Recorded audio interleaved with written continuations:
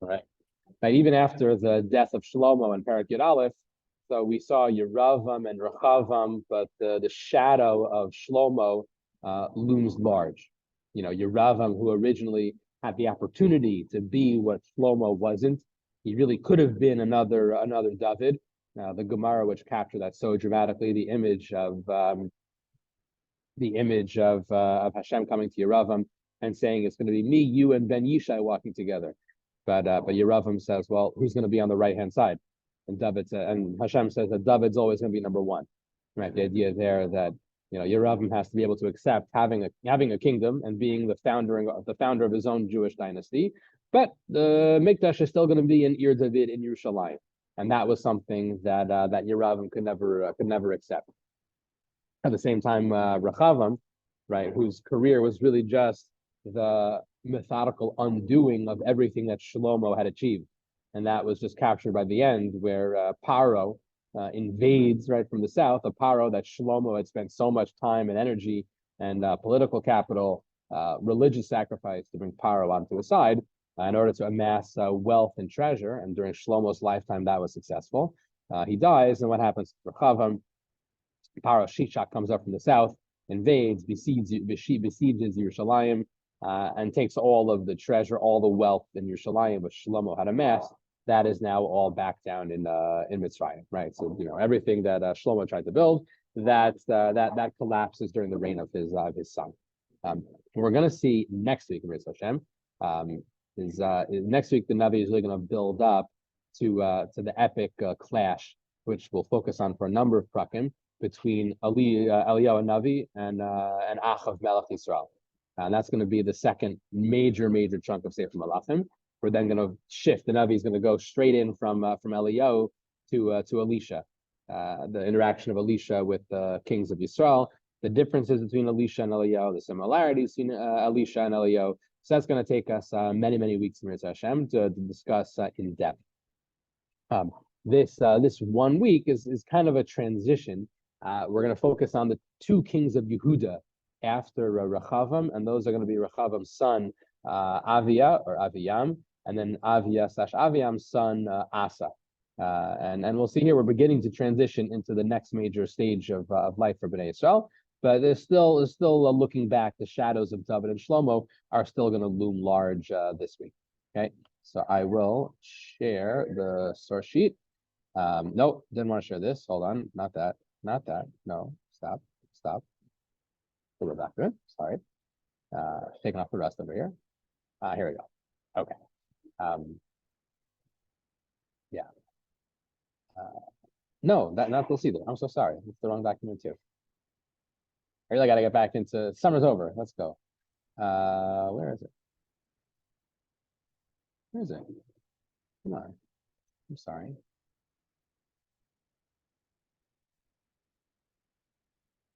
Oh, I opened the wrong thing.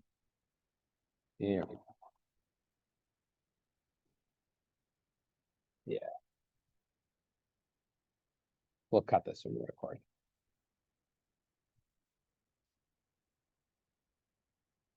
Okay.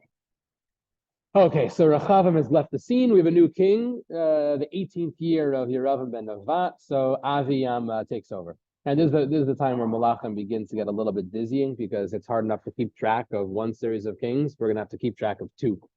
Yeah. So we meet this individual Aviyam. Unclear what the word Aviyam means. My father is the sea. What does Aviyam mean? I don't know. So that's his name. And we're told he rules for 3 years. Okay, fine. Vishim imo Macha bas Avishalom. And that is a head scratcher because Macha bas Avishalom, Avishalom seems to be Avshalom, the infamous rebellious son of David. It almost definitely is. After all, the Navi says in Sefer Shmuel that Avshalom's mother's name was Macha. So it makes sense that Avshalom would name his daughter Macha after his mother. But now we're kind of shocked. Why on earth would the wicked Avshalom's daughter be married to the king? Why would Rechavam marry Avshalom's daughter and then have a son, Avia? So that's strange. We got to figure that out. Before we do, just one quick note. The Malbim points out that in Divrei Hayamim, The name does not appear as Aviyam; it appears as Aviyah. Aviyah makes a lot more sense. I know what that means. My God is my father, right? Hashem is my father. It makes a lot of sense for that to be the name. In general, we're going to see this a few times today.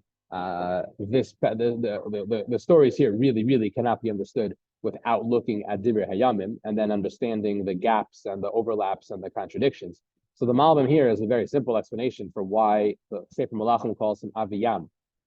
He says Yeravam also had a son named Aviyah. Remember, Yeravam had two sons. One was Aviyah, one was Nadav. Yeravam, who tries to position himself as a new Kohen Gadol, right? He's the new Aaron Cohen, as it were. He even names his sons after Aaron's sons. So Yeravam had one son named Aviyah. Aviyah, the Nabi told us, wasn't a bad guy, relatively. Aviyah was, he died. He died young in Parak Dalet. That was the last thing we learned before we went on the short summer break, where we saw Yeravam go visit, Yeravam's wife, go visit Navi Achia Hashiloni in secret. So the Malbim points out, look, we have two kings and each one has a son, Aviyah. So that's going to be confusing. So what did the Jews do? So he says, Hayisrael Korim Benosha Rachavam B'yam B'mem Hakinoi Harabim. So Lomar Ha'aviyah Shalahem. Our Aviyah, so Aviyam, right? Our their Aviyam. It's the Aviyam. I'm sorry, their Aviyam, right? Sorry, the 10 Shvatim would call him Aviyam, their Aviyah, to distinguish him from the regular Aviyah. So apparently that name stuck. That's the suggestion of the Malbim. There's Aviyah of the 10 Shvatim, and there's their Aviyah, the Aviyah of Rachav. Either way, what this clearly hints to us is that while we may think of Yehuda and Yisrael, the 2 Shvatim and the 10 Shvatim, as totally separate worlds, yeah, over there's the Egel Hazav, there's decay, there's corruption. Yeravam, one of the great failures. On the other hand, we have the Malchus based David, we have Yerushalayim, right? We like to think of this very clean distinction. Well, possibly the Navi here is hinting to us, don't think of these two as so different from each other. Each one is naming his father the same way. And that's going to be the first hint, and there's going to be more coming down, that there is serious trouble with this man Aviyam and with his father Rachav before him. The second major hint that there's trouble, besides the fact that the names are similar to that of Yeravam, is the fact, like we said, Rachavam seems to marry Avshalom's daughter. The Sukkim and Divrei Hayamim make this pretty well. It's a bit of pretty clear. The Nabi tells us that Rachavam didn't just have just one wife, and it looks like he had 3. The Nabi says Rachavam took for a wife Machalas Bas Yerimos ben David. So Rachavam marries one of David's granddaughters. That's the first one. Her name is Machalas. Then he marries Avihail Bas Eliav ben Yishai. So Eliav is David's brother. So he's marrying another member of the royal family. Then there are sons, and the Mepharshim point out these sons seem to be from Machalas. And then Acharei Lakach Es Macha Bas Avshalom. Afterwards, we have a third wife that Rachavam takes, again from the royal family, another granddaughter of David, this time seemingly right from Avshalom. That's the same Macha we have in Sefer Malachim, is the Macha from Sefer Divrei Hayamim, Macha Bas Avshalom, Vatela Lo Es Aviyah Ves Atai Ves Ziza Ves Shlomi. So if you find a number of children. I haven't really seen the Mepharshim talk about this, but I think the Pashtus, what is Rachavam trying to do? Why is Rachavam marrying 3 different members of David's family? He's establishing the Bnei Yisrael, right? As after the rebellion occurs, or as the truth is that doesn't really make sense. Now think about it, because Rachavam becomes king when he's 41 years old. So this all happened beforehand. So setting aside the rebellion, we probably would just say is we're trying to lock in that there is a royal family, right? How do you know that there is an official royal family which is set aside from everyone else? And this is something that has to be inculcated because the Davidic dynasty is still brand new. You're going to establish that by only marrying within the family, right? I remember from high school social studies, right? All the genetic diseases that the European monarchs had because they all would just intermarry with each other. So it seems like this is something that Rachavam is pursuing as well by marrying 3 different members from within the family. Drives home, I think. I haven't seen someone say this again, but I think that's the simplest way to understand his political strategy. why he keeps on marrying within the family. Now, the way the Pesukim and Divrei Hayamim set it up, Avia should not have been the king. Right? There are older sons over here, seemingly. Rechavam earlier took Machalas as a wife, had these three sons in Pasuk Yates. Only afterwards, only afterwards does he marry Macha Bas Avshalom, where she gives birth to Avia. And these other, I don't know if Atai and Ziza are boys and girls. I assume Shlomis is a girl. I don't know about Atai and Ziza. But the pasuk explains, Rechavam loved Macha more than all of his other wives. Right? He took exactly 18 wives, the maximum number which are allowed halachically, had a number of children. And since Rechavam loved Macha, so he elevates her and he selects her son Avia to be the king. Vayamed l'rosh Rechavam es Avia ben Macha l'nagid be'achav ki l'hamlicho. Right, so he sets up the younger brother as the one to be the king. Now that's a risky proposition, passing over the other kings to the other brothers to elevate the younger brother. We were referencing Parshas Vayeshev before. We know how that worked out, even when the Shvatim maybe thought that was going to happen with Yosef. So the Pesukim continue and tell us that for all of Rechavam's faults, Rechavam did have some political astuteness, and the pasuk says that he was vayaven, right? He was wise. He scattered his sons all across Yehuda and Binyamin. He gives each one of them fortified cities to be in charge of. He gives them lots of food. He seeks for them wives, right? So he makes sure if he's going to skip them for being royalty, so he has to do two things. Number one, take care of them, right? Make sure that they don't have reason to be too upset with him. And number two, get them away from Yerushalayim, right? Get them away from the main power center. All of this so that he can elevate Avia. Now, Barbanel tells us, right, that we should be correct in our hunch that red alarm bells should be ringing, that the daughter of Avshalom is the primary wife, and her son is the one who's going to be the next king. Right? It's the Barbanel. Right? Shayashem imo macha bas Avishalom leha'ir shahisa le'imo teva avia Avishalom ben David. This woman, right, the mother of Avia, the mother of our new king, the main wife of Rechavam, sure enough, argues the Abarbanel, has the same wicked nature as that of her father, Avshalom. That's going to become clear in the Pesukim in a couple of minutes. Again, I haven't seen this discussed, but I would speculate. Why would Rechavam do this? Why would Rechavam love the daughter of Macha more than all of the other wives from the Davidic family? Well, if you recall, Avshalom had two major things in his favor. He had a captivating personality, immense charisma, a real leadership person who just caught people. Avshalom was also extraordinarily good looking, right? It probably follows to reason, if we really run with the Abarbanel, who argues that Macha inherited her father's traits, so that she didn't just inherit her father's wicked nature, not just the richness, but also maybe the charisma, also the power of personality, and also the beauty. Right? If there's one wife who's just unbelievably beautiful and unbelievably charismatic and can just hold Rechavam in sway, so then it would follow to reason. We can understand how he just falls in love with her and elevates her son over everyone else. Now, that didn't work out well for David and for Bnei Yisrael when they were captivated by Avshalom, and let's see how it's going to work out for Klal Yisrael. Well, says the Navi back here in Pasuk Gimel, Ve'elach, this is our King Aviam, once again, we have failure. How does the Navi describe failure from the kings of Yehuda?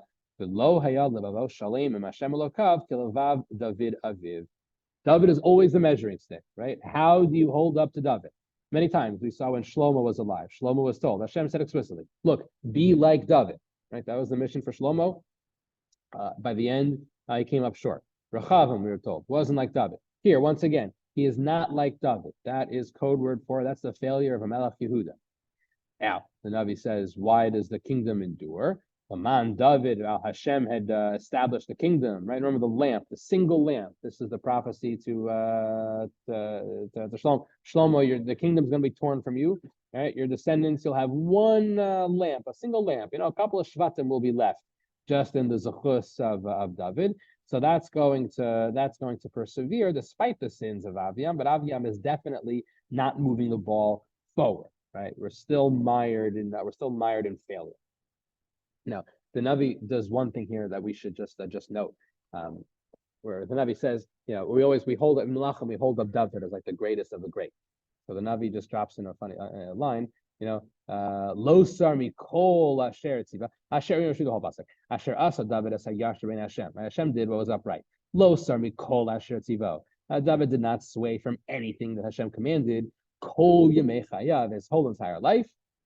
Rak bidvar Uriah Hachiti. Now, the one exception, the one small minor exception, was that minor matter of Uriah Hachiti. I think it's absolutely fascinating that the Navi describes it this way in Sefer Malachim, because in Sefer Shmuel, the small matter of Uriah Hachiti wasn't just a small matter, but it was like 2 prakim of sin and then multiple prakim of disaster. And when we did years ago, did the David Bathsheba and Uriah Shirim, so we argued that one of the major pieces of evidence that the Navi in Sefer Shmuel, this is Rav Meidan's argument from the Gush, that the Navi in Sefer Shmuel goes out of its way to make the sin of Bathsheba and Uriah look worse than it actually was. That's what's going on in Sefer Shmuel. Now we get a hint of that over here. If we read everything like the simple, basic, literal read in Sefer Shmuel, that David did adultery and murder, etc., all that fully the way it's simply understood in Sefer Shmuel, then this pasuk is absolutely shocking. Oh, he did everything Hashem ever wanted to do except murder and adultery. Two of the big 3. So a major hint here that Sefer Shmuel has to be read with more sophistication, but that's definitely beyond our scope right now. It's just we can't read over this pasuk without noting that basic idea. Okay. The Abarbanel comes back once again, and he deepens this idea when the Navi tells us that Aviam failed to live up to David. So the Abarbanel has a nice insight of connecting this with Aviam's own lineage. And the Abarbanel points out it's not just that this is some random guy, some random king who fails to live up to David. Genetically, Aviam should be if you wanted to make it a laboratory, right? Give me the genes of somebody who's going to live up to David. Well, give me somebody who descends on his father's side from David. Give somebody who on his mother's side descends from David. Right, see Barbanel. He has the genes on both ends. Nevertheless, lo lakach me emunaso v'yosher lavavo davar. He did not take any of the midos, of the amuna, of the yashras of David. Kibel mehem hara v'esatov lo kibel. Any of the wicked we saw in Rechavam, that we find in Aviam. Any of the wicked we find in Avshalom's daughter Macha, we find in Aviam. Right? He's like he does borer, the psolas mitoch ocha. Right? He takes all the bad and he abandons all the good. Genetically, it all should have been there. And so it's not just anybody who doesn't measure up to David. It's somebody who on paper really absolutely had the potential. Yeah, but goes in the polar opposite direction. Okay. So that so far is not a good look for Aviam. The Navi is not impressed, to put it mildly, and perhaps the fact that the Navi really is not a fan of Aviam could explain the next pasuk. Because the next pasuk again is strange. There was war between Rechavam and Yeravam his whole life. That again is a double take, because the war is not supposed to be between Rechavam and Yeravam. I thought we turned the page on Rechavam. No, this is supposed to be Melchama Haisa bein Aviam ubein Rechavam, ubein Yeravam. Why are you going back to Aviam's father? The Abarbanel is aware of this problem. The Abarbanel suggests that Aviam already, when he was younger, was already a leading warrior in Rechavam's armies. So he wants to argue that that Aviam fought in the wars between Rechavam and Yeravam, and that continued after he became king. Okay, it could be, but I thought another way to maybe think about this is that this could be a way literarily of the Navi really being dismissive of Aviam. Aviam, what does he amount to? He amounts to nothing. How long is he king? He's king for barely any time. We said Shalosh Shanim, 3 years, and the Mefarshim point out, if you carefully do the math, so 3 years can really be barely more than a year. Why? Let's say somebody becomes king in December, and then they go through the next year's year, and then they stop becoming king next January. So they've been king for barely a year. but on the calendar, they're going to get credit for 3. So we're not going to discuss this in detail, but the Mefarshim point out you need to say something along those lines to make some of the math work in the coming psukim. Aviam is not king for a long time. So between the fact that Aviam is not king for a long time, between the fact that Aviam is just up to no good, and there's really, the decay we had during the time of Rechavam, that's just deepening during the time of Aviam. So what better way to just dismiss him, a man of little accomplishment, nothing positive. All he inherited was the wicked of his parents and none of the good, than to take even the war that he had and say, even the Milchama that he had wasn't even his own war. He came in for the war between Rechavam and Yeravim. Nobody says that World War II was the war between the Japanese and Harry Truman. It was Roosevelt's war. Truman came in for the last couple of months. That I think maybe is what the Navi is doing over here. It's another subtle way of just dismissing Aviam. Somebody, at least in Sefer Malachim, there's really nothing for us. Another example of a king who he's held up against the measuring stick of David, had all the potential, and completely comes up short. Okay. Now, what's very interesting, and we have to see what Chazal are going to do with this. Chazal will also do something very interesting, is that in Sefer Divrei Hayamim, we get a different portrayal of Avia entirely. First of all, we're given his real name, right, Avia, and we have a long story. We're not going to read this all in detail, but just to get the basic gist. The Psukim tell us about a battle between the massive armies of Avia and of Yeravim. Avia gets up on a mountain, and Avia gives a long speech. And it's a very, very firm speech, right? Hashem chose David. Yeravam was a rebel. A bunch of wicked people joined Yeravam. Now you're rebelling against the Mamlechas Hashem. You're rebelling against the kingdom of HaKadosh Baruch Hu. You guys have golden calves. You guys threw away the Kohanim. You threw away the Leviim. We have Hashem with us. We have Kohanim. We have Leviim. We bring Karbanos. Right? Very, very long, very, very, very firm speech. Yeravam doesn't care. Yeravam, after the speech is finally over, he launches an ambush. The ambush fails. The battle ends in tremendous victory for Avia. Halokim nagaf as Yeravam v'chol Yisrael lifnei Avia v'Yehuda. Hashem caused Yeravam and his army to flee. It's a tremendous victory. Vayakubehem Avia va'amo maka rabba. Unbelievable fatality rate. Bnei Yisrael submit. Vayikanu bnei Yisrael ba'esahi. Right, so they submit to Bnei Yehuda because Bnei Yehuda were from. Okay, on and on, and then the pasuk we close. V'lo atzar kach Yeravim od b'mei Avio. Yeravim's strength was never recovered against Avio. V'gifeu Hashem bayam, and Hashem smites him and he dies. Okay. So at first glance, we're struck by it's like a dizzying, like wow, Avia is all of a sudden super positive, right? He's super frum, and Hashem gives him a tremendous victory. So how can we square that with what we had in Sefer Malachim? And we'll find, by the way, evidence. We'll see how this is going to last into the reign of Avia's son. So the first thing to understand is we have to ask: is Avia given a victory here because of his own righteousness, or is he given a victory because of the wickedness of Yerav? Right? It's very, very reasonable that Avia could not be the world's greatest tzaddik, but compared to Yeravam, that's like not a very high bar for somebody to have to climb. We also should point out that it's all well and good to be very frum sounding and say, how could you rebel against the kingdom of Hashem? And HaKadosh Baruch Hu wants David's line to be king, and you're going against Hashem, and Kohanim, and Leviim, and the Beis HaMikdash, and Yerushalayim.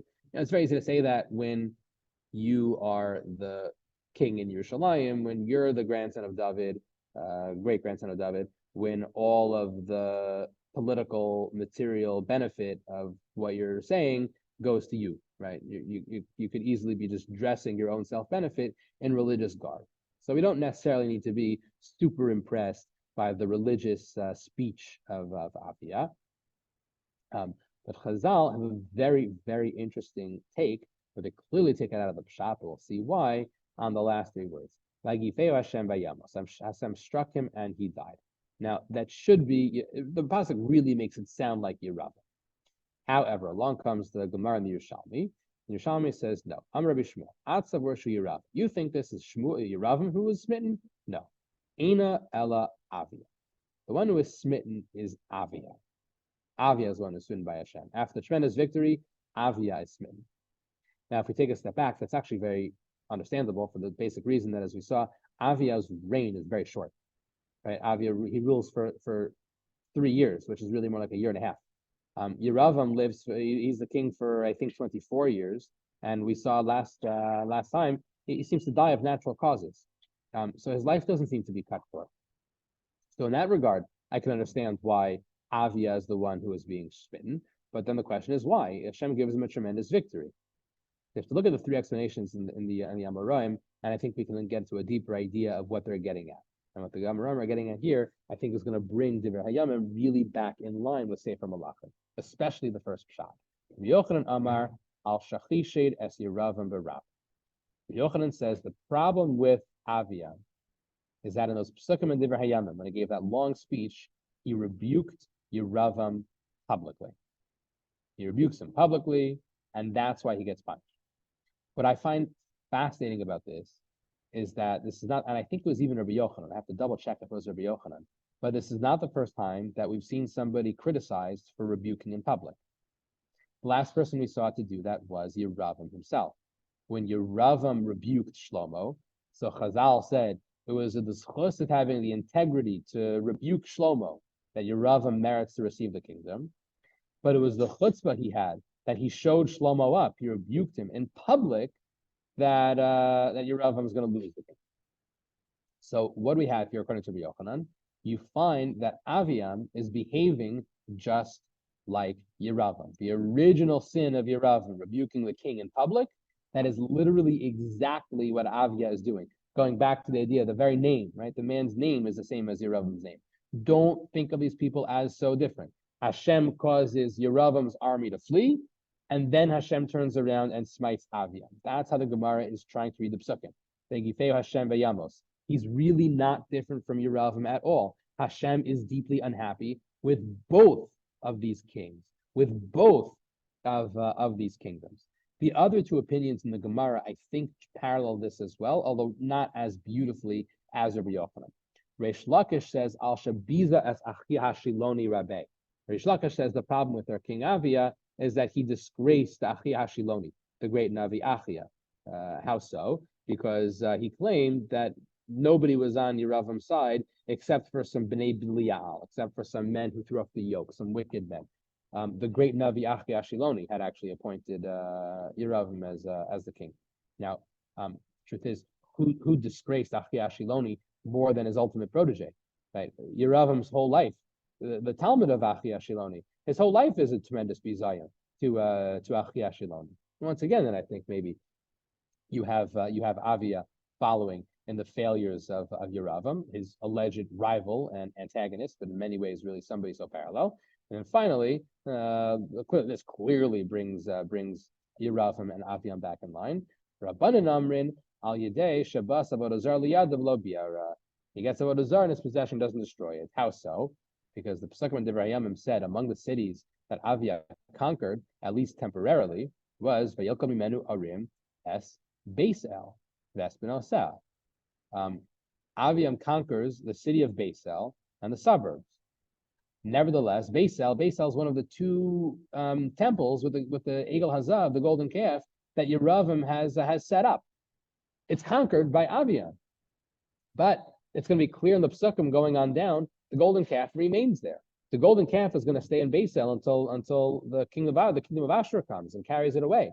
So you have a king of Yehuda. He takes over. What should have been the first thing he did if he was loyal to David? He should have given the golden calf the Moshe Rabbeinu treatment. Smash it into dust and smithereens. The fact, argued the Rabbanan, that he captures Beis El, but he leaves the temple intact. He leaves the golden calf intact. What does that tell us? That again, this Aviam, who is supposed to be the successor of David, he is supposed to be the one declaring war on Yeravam, fighting Yeravam. Actually, from a spiritual perspective, they're actually 2 peas in a pod.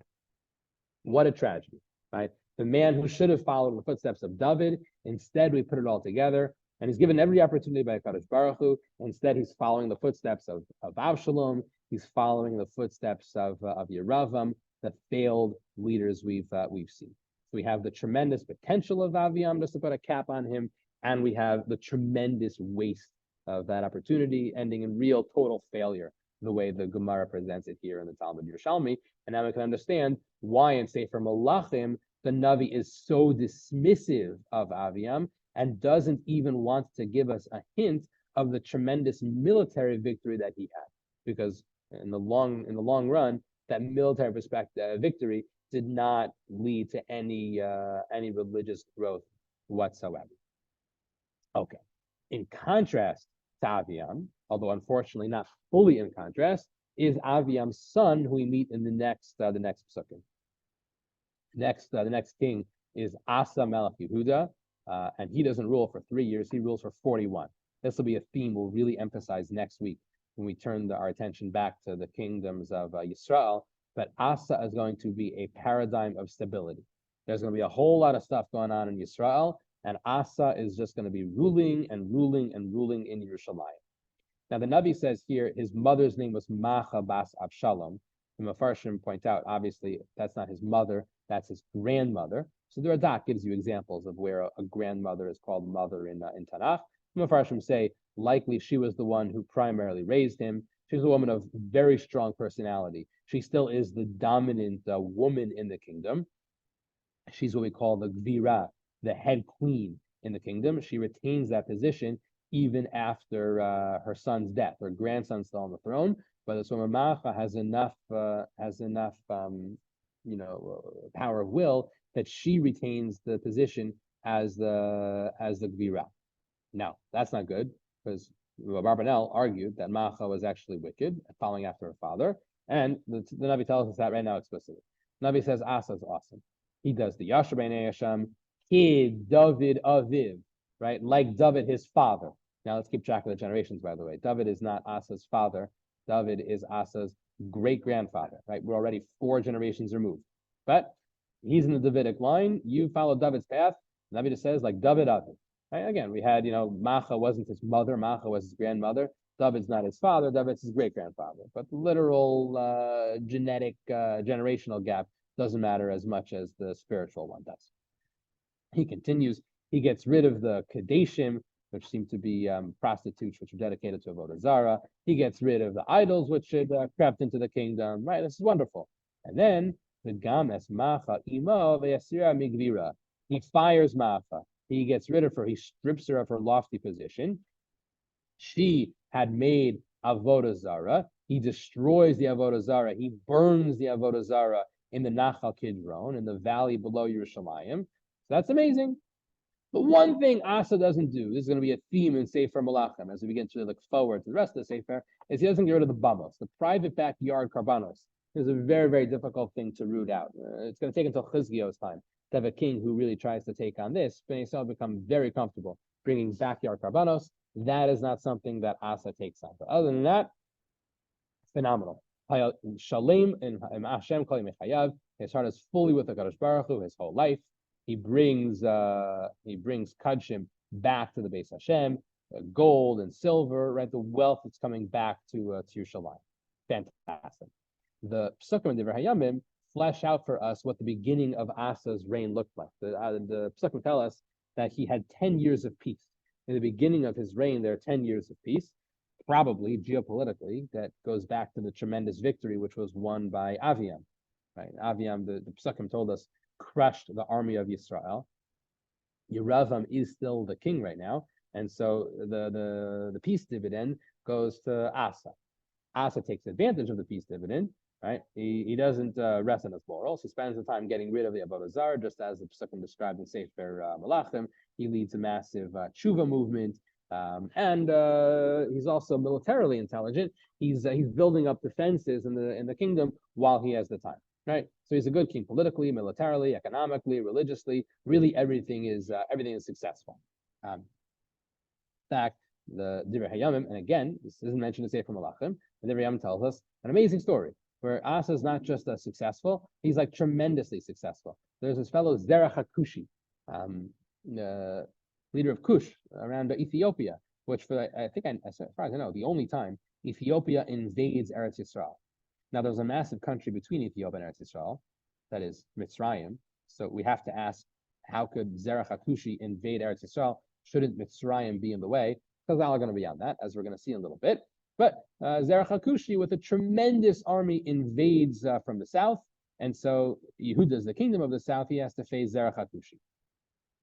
Asa goes out before him, and the psukim describe tremendous frumkeit from Asa. Right? He davens Baruch Hu. He says, "As Reinu Hashem Elokeinu, we rely on you." Ultimately, everything comes down to Hashem, and the battle is successful. Vayigov Hashem es hakushim l'fnei Asa l'fnei Yehuda, and upset victory. The Kushim are chased out. Asa and Yehuda win, and they capture tremendous wealth. Vayesu shalal harbei ma'od. Tremendous wealth is taken out of them. Okay, now there are a couple of questions. Why is missing Sefer Malachim is a question. Where is Mitzrayim is a question, and it's fascinating to see what Chazal do with this in the Gemara and Pesachim. Gemara and Pesachim is also in Chazal as well. It's slightly different in different places, but for now let's focus on what you have in the Gemara. So the Gemara begins by telling us that Yosef, when Yosef was the viceroy in Mitzrayim, so he brought all the gold and silver in the world into Mitzrayim. So pasuk, Vayilakit Yosef as kol hakesaf hanimtza. The whole world needs food, and only Yosef has it, and so there's a tremendous amount of wealth. Okay, fine. What happens with all of that money? So this is a shift another time, but the wealth goes to Bnei Yisrael, because all the gold that Yosef brings into Egypt, Bnei Yisrael take out of Egypt, right? By not to the west Mitzrayim. Pasuk says, right? The Jews stripped Egypt. Okay. So there's tremendous wealth. There's tremendous wealth in Eretz Yisrael, and it's there until Rechavam. What happens in the time of Rechavam? Ba Shishak Melech Mitzrayim Untala Merechavam. When Shishak comes to Yerushalayim, he plunders Yerushalayim, and the argument is he takes all that treasure back to Mitzrayim. Okay. What then happens? Ba Zerach Melech Kush Untala Shishak. The Gemara argues that it's king of Kush. He took the money from Shishak. You know why there is no Mitzrayim to block Kush? Why is Kush able to invade Eretz Yisrael? Argues the Gemara, very reasonably, before Kush invaded Eretz Yisrael, Kush invaded Mitzrayim. Zerach invades Mitzrayim. He plunders Mitzrayim of all the wealth that they had taken from Rechavam. Then he goes on to continue to the next logical step is to attack the land of Yehuda, but that backfires terribly. Ba Asa unutala mizerach melech Kush. Right? Then Asa comes and Asa takes all the money from the king of Kush. Okay, we'll have to come back to the last 4 words of this Gemara in a little bit. What we have here then is not just wealth, but we can look at this in almost cosmic terms. Right? We have a return to the Geula of Yitzias Mitzrayim. Right? The wealth of Yosef, the wealth that the Shvat that Bnei Yisrael brought out of Mitzrayim. All the discussion we had during the time of Shlomo's reign. The great potential of Shlomo's reign was to be a completion, a fulfillment, a capstone of the Geula that began with Yitzias Mitzrayim. The Navi said when the Beis Hamikdash was built, it was, here's the number of years after Yitzias Mitzrayim that the Beis Hamikdash is built. Then things went on a total downhill, right? Everything was lost. Everything goes, Paro comes and attacks. The gold goes back to Mitzrayim. Asa's reign is one we're not just successful, but we're regaining what has been lost over the last couple generations. Spiritually, we're regaining it, right? That Geula, that Yitzias Mitzrayim is literally back in Eretz Yisrael. There's another presentation of this in some of the Midrashim. The Midrashim do not talk about the treasure of Yosef, but the Esther Rabbah, for example, talks about the throne of Shlomo. The rare, invaluable, fascinating throne of Shlomo, which was described at length in Sefer Malachim. Medrash says, what happened to that throne? It was the throne which was plundered by Parashishak, excuse me. Then it was that throne which was captured by Zerach from Kush, and then it was that throne which was recaptured by Asa. Presentation of the Medrash over here. What's the idea? Now, everything that Shlomo had built up, that then Rechavam lost, Asa is building back. Asa is building back what Shlomo lost. Okay, now, the way it ends, though, so the Gemara said all that gold that Asa had, so Vishigro lahadrimon ben Tavrimon, all that gold with all the spiritual significance behind it, right? This gold is supposed to represent the Geula. This gold is supposed to represent the completion of Yetzias Mitzrayim. So Asa then takes it and throws it away. He sends it to this fellow Hadrimon ben Tavrimon. So we need to understand what is going on, over there. Okay, to do that, we just have to see one more short thing from Chazal. There's an idea in a number of places. The Seder Olam Rabbah is a good one of them, which has this idea that the kingdom of Shlomo was supposed to be reunited 36 years after 36 years. Okay, so Navi does the math. He had 10 years. Well, figure this out. I don't remember exactly. Right, the 36th year of the kingdom of Asa. So Navi says, the Gemara, the Medrash Rabbah says, is parallel 36 years that Shlomo was married to Bas Para. The Navi had said that Shlomo married Bas Para in his 4th year. 40 minus 4 is 36. In parallel to that, says the Medrash, 36 years, Nigzra Amalchus Beis David Shatei Chalik. There were only supposed to be 36 years of the kingdom was supposed to be divided, and ultimately it was supposed to be returned. That would mean that the reuniting of the kingdom was supposed to happen during the reign of Asa. So put all it all fits, right? The gold comes back, the plunder from Mitzrayim comes back. Everything that has been lost in the last couple of generations of Rechavam and Aviam, not just the money, but the very splitting of the kingdom itself, we're supposed to be completely back on track. The road to the Messianic era was supposed to come back. If Asa had stayed the course, if Asa had remained fulfilling the path of David, so he could have done what Shlomo came so close to doing. The kingdom would be united, the Geula would be there, everything would be secure. Asa could have brought all of it back. What happens? The Kilkel Asa failed. How does Asa fail? Let's just take a couple of minutes and see, and then we'll finish this year. The Navi tells us from Malachim, there was war between Asa and Baasha. We'll meet Baasha next week. Baasha is the next king of Yisrael that we're going to have to see. So Baasha builds Ramah, he builds this massive fortress, which is going to cut off Yehuda in the north. Asa is desperate. Asa takes all the money he has. This is what the Gemara was talking about. All the money from Beis Hamikdash, all the money from the palace. He takes all the wealth that he has gained and he sends it to the king of Aram. Al ben Hadad ben Tavrimon ben Chazion melech Aram hayashev b'Damascus. He sends all the money to the north, the king of Aram, and says, make a covenant with me. Yisrael, Baasha, is between Yehuda in the south and Aram in the north. Yisrael can only attack south to Yehuda because he has a peace treaty in the north with Aram. So Asa says, how can I save myself from Yisrael? No problem. I'll make the enemy of my enemy my friend, right? If you go on my team, then you'll attack him, and then I'll be in the clear. Geopolitically, it's a brilliant success. The Navi says, Ben Hadad takes the money, he sends his soldiers, they raid into the north of Eretz Yisrael, and they conquer tremendous tracts of territory from the 10 Shvatim, Iyun, Dan, Evel, Beis Macha, the whole land of the Kinneret, the land of Naphtali and modern day Lebanon. It's a tremendous victory that Aram has. Baasha hears about this. He has to leave what he's doing in the south and go focus on what's happening in the north. As soon as the Yisrael army leaves in the south, Asa sends everybody. Chazal and Masechah Sot are critical to this. They say that Asa went overboard. They take all the building materials, which were supposed to be used as a fortress for Team Baasha, for Team Yisrael, and they use them instead as a fortress for Team Yehuda. They turn it all around. So it sounds like brilliant success. There's only one hint in Sefer Malachim that things didn't work out. The Navi says, at the end of his life, he had some terrible illness with his feet.